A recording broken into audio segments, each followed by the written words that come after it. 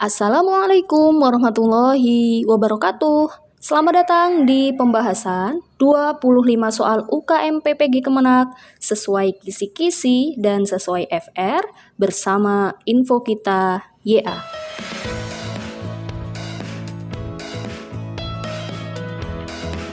Baiklah teman-teman, soal UKM PPG Kemenak ini berisikan soal-soal guru PAI, guru kelas MI, guru Quran Hadis, guru Akidah Akhlak, guru Fikih, dan guru SKI. Sebelum lanjut, mohon bisa like dan subscribe channel Info Kita YA agar mendapatkan notifikasi video lainnya dari channel Info Kita YA. Bagi teman-teman yang mau mendownload kisi-kisi UPPPG Kemenak, linknya sudah ada di deskripsi. Dan bagi teman-teman yang ingin memperdalam dengan pembahasan soal lain, sudah saya sediakan playlist khusus di pembahasan soal TAM ataupun soal UP, dan linknya ada di deskripsi juga. Lalu terkait pembahasan tentang PPG transformasi dan link contoh video UKIN juga ada di deskripsi. Silahkan teman-teman lihat linknya dan kunjungi video lainnya channel Info Kita YA. Baiklah, langsung saja kita ke pembahasan soal yang pertama. Bu Salma mengajar materi pembentukan akhlak karimah pada kelas 7. Ia ingin tujuan pembelajaran ranah sikap bukan hanya membuat siswa menghafal daftar akhlak terpuji, tetapi benar-benar menunjukkan perilaku sesuai nilai Islam dalam kehidupan harian. Ia melihat beberapa siswa saling mengejek, beberapa lain kurang disiplin. Bu Salma ingin merumuskan tujuan yang mendorong perubahan perilaku nyata. Rumusan tujuan ranah sikap paling sesuai adalah A. Siswa mampu menyebutkan contoh perilaku akhlak karimah secara lengkap. B. Siswa mampu menunjukkan perilaku akhlak karimah seperti jujur, disiplin, dan menghargai teman dalam aktivitas sekolah. C. Siswa mampu menjelaskan pentingnya akhlak karimah dalam Islam. D. Siswa mampu mengidentifikasi perbuatan tercela yang harus dihindari. Jawabannya B. Teman-teman perlu memperhatikan pertanyaannya. Di situ pertanyaannya rumusan tujuan ranah sikap. Nah, yang mana ranah sikap itu ada di pilihan B. Siswa mampu menunjukkan perilaku akhlak karimah. Nah, di situ ada penyebutan perilaku akhlak karimah. Soal yang kedua, dalam membahas materi pernikahan, Pak Adib menghadirkan kasus kontroversial tentang pernikahan siri yang menimbulkan problem administratif. Ia ingin siswa tidak hanya menerima hukum, tetapi juga menilai dampaknya dari sisi sosial, agama, dan hukum negara. Tujuan pembelajaran ranah pengetahuan yang tepat agar siswa berpikir kritis adalah A. Siswa mampu menghafal rukun dan syarat pernikahan. B. Siswa mampu mengidentifikasi dalil terkait pernikahan. C. Siswa mampu menganalisis dampak sosial dan hukum dari praktik pernikahan siri. D. Siswa mampu membandingkan pendapat ulama mengenai pernikahan. Jawabannya C. Jawaban C benar karena berisikan analisis konsekuensi, yaitu inti dari berpikir kritis. Soal ketiga, dalam materi kriteria hadis sahih, Bu Erna mengajak siswa berdiskusi kelompok untuk menilai keaslian beberapa hadis yang berbeda tingkat kesohihannya.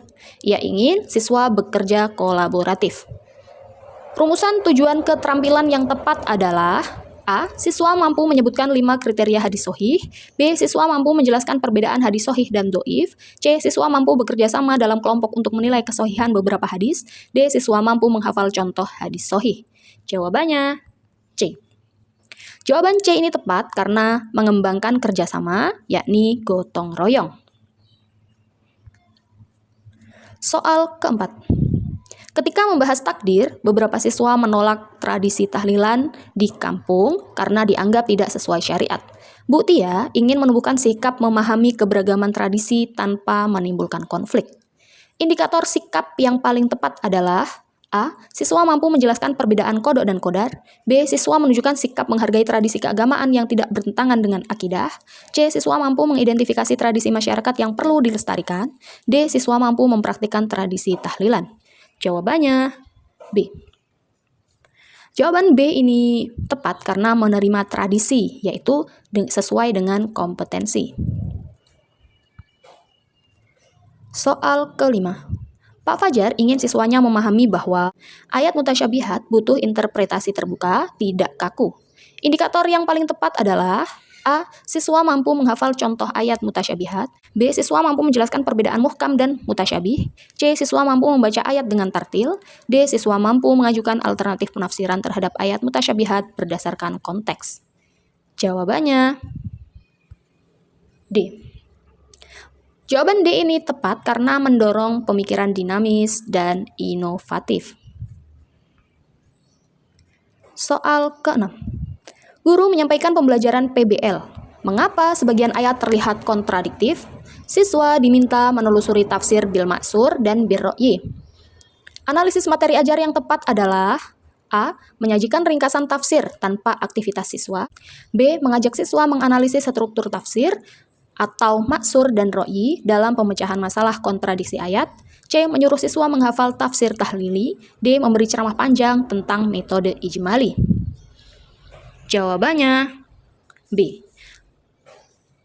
Karena ini termasuk perencanaan PBL atau pemecahan masalah.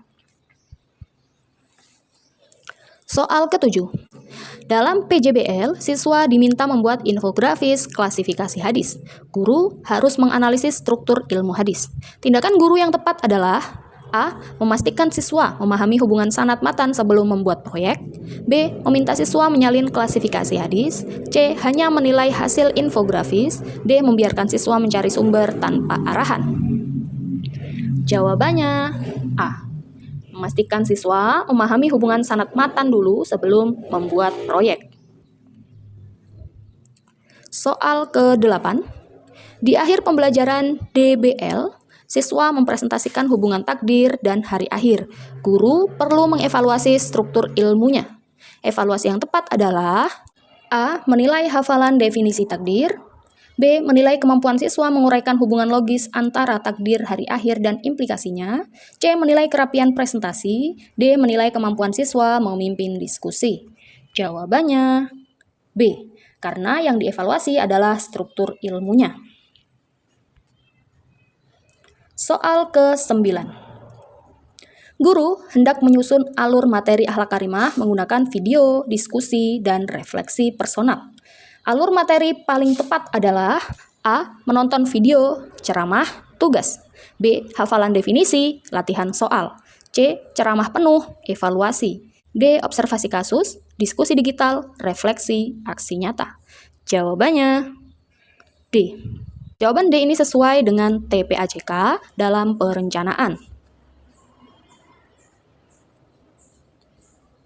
Soal ke-10. Materi riba dan perbankan syariah disusun agar siswa menggali konsep mendalam. Alur yang tepat adalah A. Ceramah konsep riba. B. Analisis kasus, kajian dalil, sintesis solusi, dan presentasi. C. Hafalan definisi riba. D. Menonton video tanpa diskusi. Jawabannya B. Jawaban B tepat karena dia termasuk dalam alur deep learning atau pembelajaran mendalam. Soal ke-11.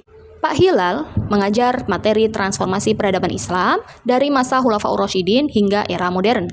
Pada akhir pembelajaran, ia ingin melakukan evaluasi yang tidak hanya menilai kognitif, tetapi juga pemahaman nilai-nilai kepemimpinan Islam. Ia mempertimbangkan pendekatan konseling agar siswa dapat merefleksi peran individu muslim dalam masyarakat modern. Pernyataan A. Mengajak siswa melakukan dialog reflektif tentang tantangan kepemimpinan masa kini. B. Memberikan tes pilihan ganda tentang sejarah para khalifah. C. Meminta siswa menulis jurnal refleksi terkait nilai kepemimpinan. D. Mendorong siswa menganalisis peran kepemimpinan yang mereka temui di lingkungan sekitar. E. Menjelaskan ulang materi dengan ceramah tambahan. Manakah kombinasi evaluasi yang sesuai dengan pendekatan konseling? A. A dan C. B. A, C, dan D. C. B dan E. D. A, B, dan D. Jawabannya B. Untuk pernyataan A, itu termasuk dialog reflektif sesuai pendekatan konseling. Untuk pernyataan B, itu tes pilihan ganda, bukan pendekatan konseling. Untuk pernyataan C, jurnal refleksi, itu juga sesuai dengan pendekatan konseling. Untuk pernyataan D, analisis peran kepemimpinan, konseling berbasis pengalaman siswa. Untuk pernyataan E, ceramah ulang itu bukan konseling. Jadi yang benar adalah A, C, dan D. Soal ke-12. Bu Hilya merencanakan pembelajaran berbasis nilai P5, gotong royong, mandiri, bernalar, kritis. Ia ingin memasukkan aktivitas yang membuat siswa melakukan eksplorasi diri dan berlatih memecahkan masalah sosial. Pernyataan 1. Menyusun proyek kolaboratif untuk menyelesaikan masalah lingkungan sekolah. 2. Menugaskan siswa menghafal definisi profil pelajar Pancasila. 3. Menggunakan studi kasus tentang bullying. 4. Merancang kegiatan refleksi nilai yang muncul dalam diri siswa. 5. Memberikan ceramah tentang tujuan pendidikan nasional. Aktivitas mana yang paling sesuai dengan pengembangan materi P5? A. 1, 3, dan 4, B. 1 dan 2, C. 1, 4, dan 5, D. 3 dan 5. Untuk pernyataan ke-1 itu proyek kolaboratif sama dengan P5 gotong royong. Untuk pernyataan 2 itu menghafal bukan P5. Untuk pernyataan 3 studi kasus sama dengan bernalar kritis. Untuk pernyataan 4 refleksi nilai sama dengan karakter P5. Untuk pernyataan kelima ceramah tidak sama dengan aktif. Jadi tidak sesuai dengan P5. Oleh karena itu, jawabannya adalah A. 1, 3, dan 4.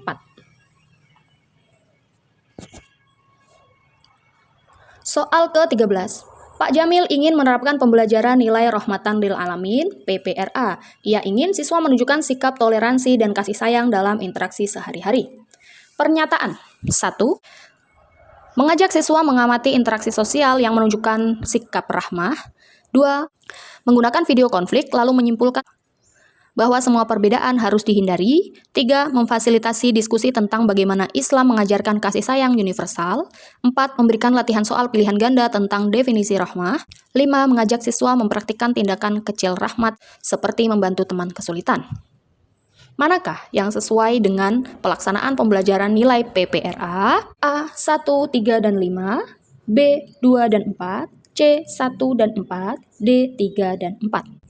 Untuk pernyataan 1, observasi perilaku itu sangat sesuai. Pernyataan 2, salah konsep, menghindari perbedaan, tidak sama dengan rahmah. 3. Diskusi nilai, sesuai PPRA. 4. Soal pilihan ganda tidak cukup dalam ranah afektif. 5. Praktik nyata, inti dari PPRA. Jadi jawabannya adalah A. 1, 3, dan 5. Soal ke-14. Bu Siti ingin mengevaluasi pemahaman siswa terhadap moderasi beragama. Ia memerlukan instrumen yang menilai cara siswa menerapkan sikap adil, toleran, dan anti-ekstremisme. Pernyataan dalam soal. 1. Menilai kemampuan siswa memecahkan konflik keagamaan melalui studi kasus.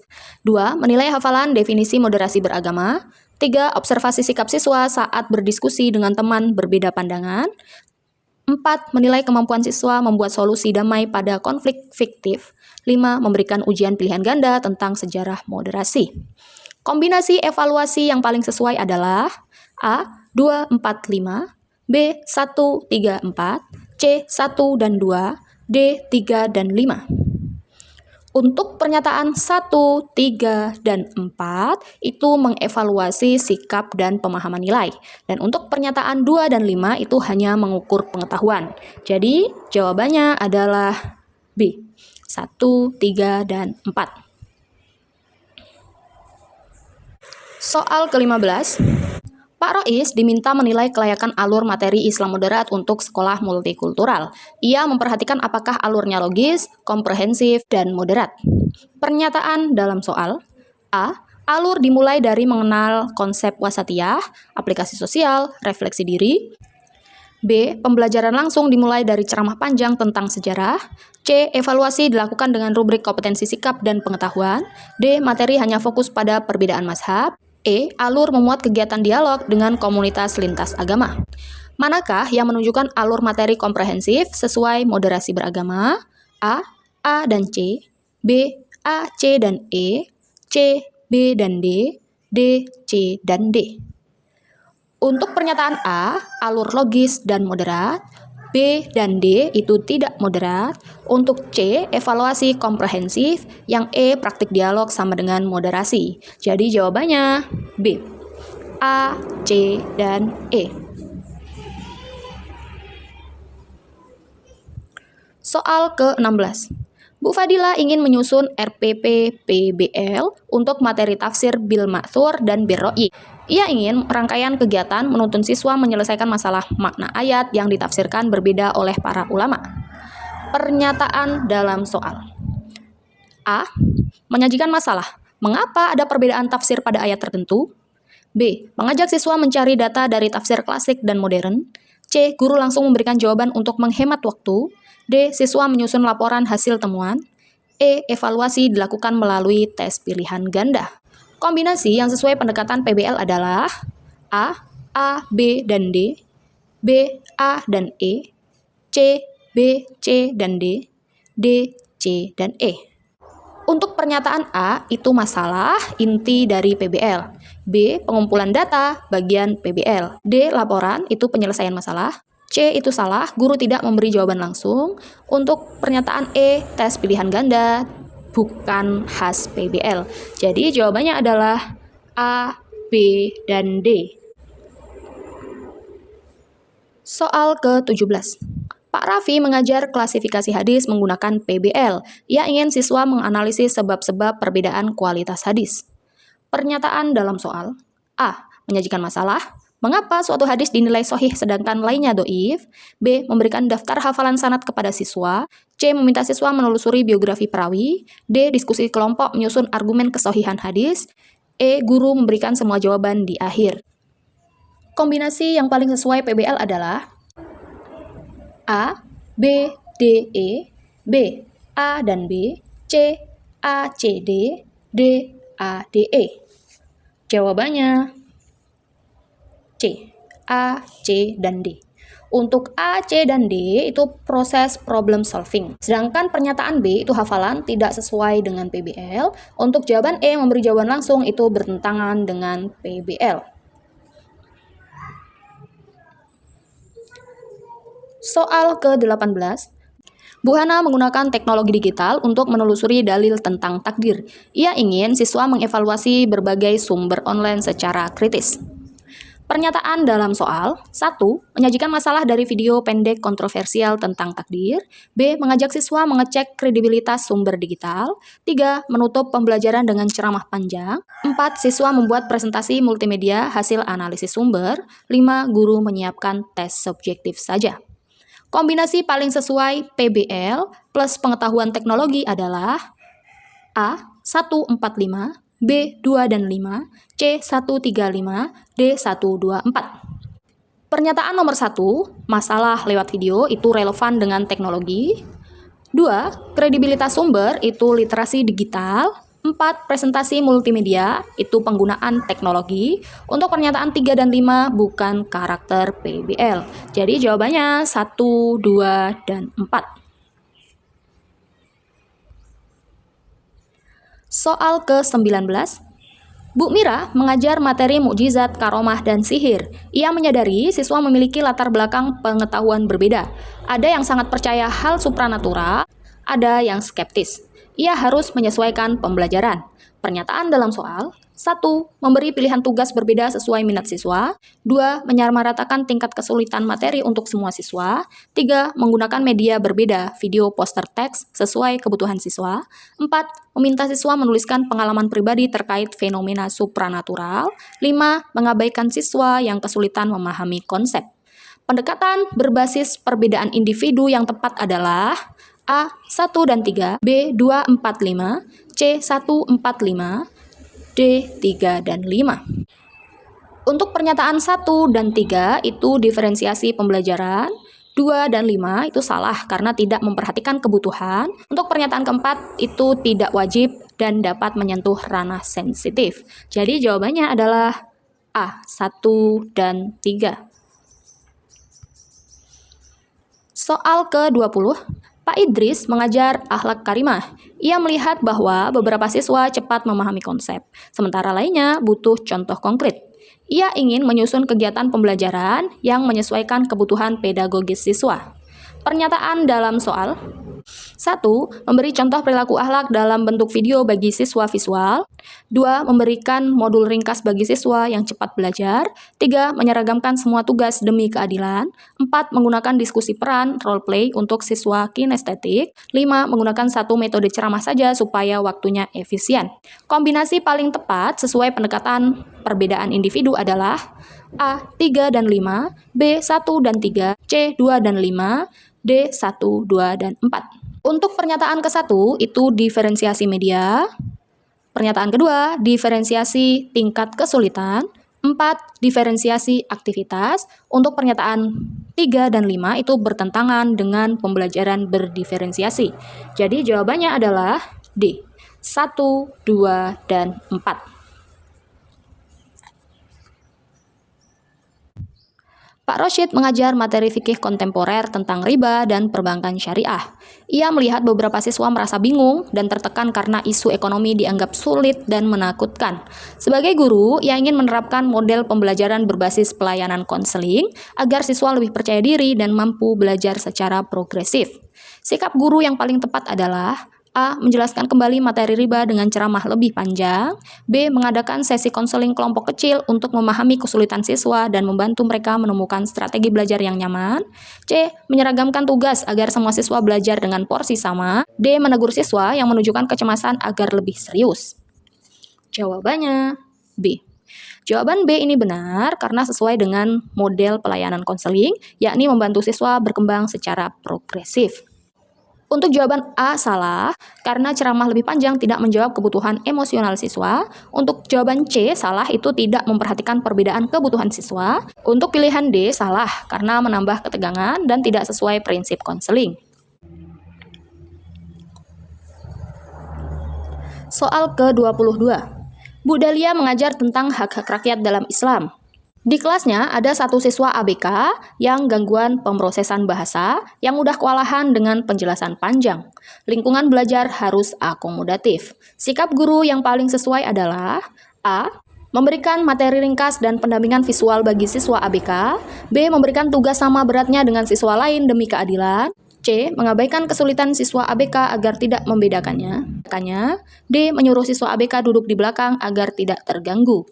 Jawabannya A. A ini benar karena dia berbentuk diferensiasi, menciptakan lingkungan akomodatif bagi ABK. Jawaban B salah karena adil itu bukan berarti sama. Untuk jawaban C salah karena mengabaikan kebutuhan. Untuk jawaban D salah karena mengasingkan siswa. Soal ke-23. Pak Yamin mengajar perkembangan kepemimpinan Islam. Siswa Gen Z lebih tertarik isu kepemimpinan modern daripada sejarah murni. Guru perlu membuat pendekatan yang relevan dan adaptif. Sikap guru yang paling tepat adalah A. Menghubungkan nilai kepemimpinan Umar bin Khattab dengan kepemimpinan modern. B. Memaksa siswa menghafal urutan khalifah karena itu tradisi. C. Hanya menayangkan film dokumenter panjang tanpa diskusi. D. Menunda materi sejarah karena siswa tidak tertarik. Jawabannya A. Jawaban A ini benar karena adaptif dan relevan dengan kebutuhan Gen Z. B salah karena bersifat hafalan, itu tidak adaptif. Untuk pilihan C salah karena pasif, tidak relevan.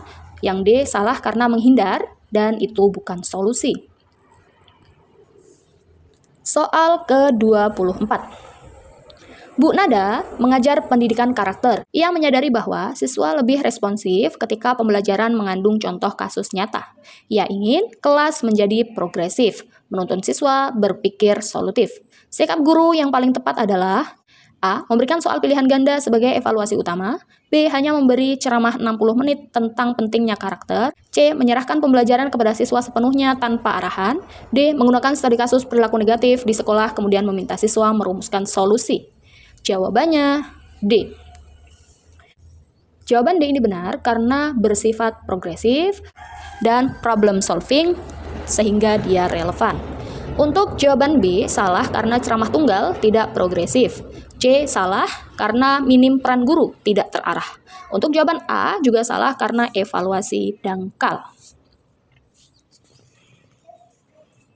Soal ke-25. Pak Darwis mengajar moderasi beragama, siswa sering terlibat konflik kecil karena perbedaan pendapat. Guru harus menciptakan lingkungan membahagiakan penuh penerimaan. Sikap guru yang tepat adalah A. Mengajak siswa bermain peran tentang toleransi dan empati. B. Menyuruh siswa yang berbeda pendapat untuk diam agar tidak ribut. C. Menghindari diskusi moderasi karena rawan konflik. D. Mengajarkan moderasi beragama melalui ceramah keras. Jawabannya A. Jawaban A ini benar karena dia bersifat role play, empati, sehingga suasana hangat dan membahagiakan. Jawaban B salah karena menekankan kebebasan siswa. Untuk jawaban C salah karena menghindari masalah bukan moderasi. Dan untuk jawaban D salah karena kontradiktif dengan moderasi. Terima kasih sudah membersamai Info Kita YA dalam pembahasan soal UP atau soal UKM PPG Kemenak sesuai kisi-kisi dan sesuai FR. Jangan lupa like, komen, share, dan subscribe channel Info Kita YA. Semoga teman-teman lolos UP PPG. Amin ya robbal alamin. Saya akhiri. Wassalamualaikum warahmatullahi wabarakatuh.